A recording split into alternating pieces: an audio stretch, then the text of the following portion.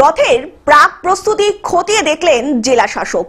27 June রথযাত্রার মহাসমারোহে পালিত হবে হুগলির শ্রীরামপুরে। মাহেশের জগন্নাথ মন্দিরের এই রথযাত্রা দেশের মধ্যে দ্বিতীয় প্রাচীনতম রথযাত্রা। 629 বছরে পড়তে চলেছে এবারের রথযাত্রা। তাই হুগলি জেলা প্রশাসনের পক্ষ থেকে গতকাল রথযাত্রার আগেভাগেই রথযাত্রার প্রস্তুতি খতিয়ে দেখলেন জেলা প্রশাসনের আধিকারিকেরা।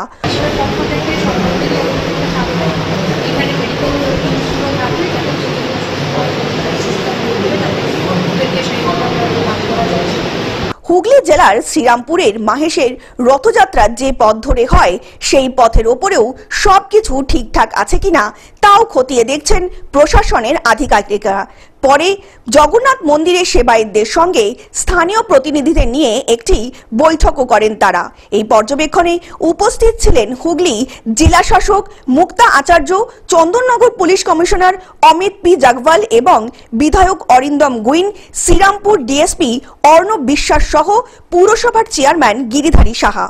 প্রতি বছরই হাজার হাজার ভক্তের সমাগম ঘটে এই রথযাত্রা উৎসবে।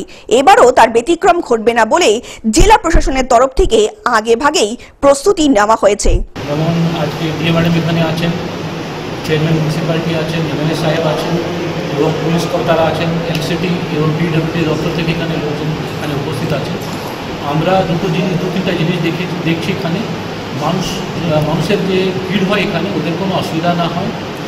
কী ধরনের অসুবিধা হতে পারে, ইলেকট্রিক ফায়ার হতে পারে বা ভিড় বেশি হওয়ার জন্য অসুবিধা হতে পারে।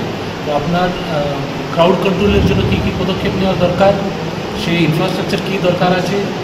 সেকেন্ড ব্যাপার হচ্ছে কি এরকম কোনো আগুন না ধরে যায় বা কিছু অসুবিধা না হয়, সেই প্ল্যানিংটা কী দরকার আছে, এটা সব কিছু আমরা এখানে আলোচনা করলাম।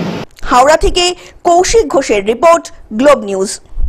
এখন থেকে গ্লোব টিভি দেখুন আপনার স্মার্টফোনেও। গুগল প্লে স্টোর অথবা অ্যাপল স্টোর থেকে ডাউনলোড করুন গ্লোব টিভি লাইভ অ্যাপ। এছাড়া জিও টিভি অ্যাপ থেকে দেখুন গ্লোব টিভি লাইভ।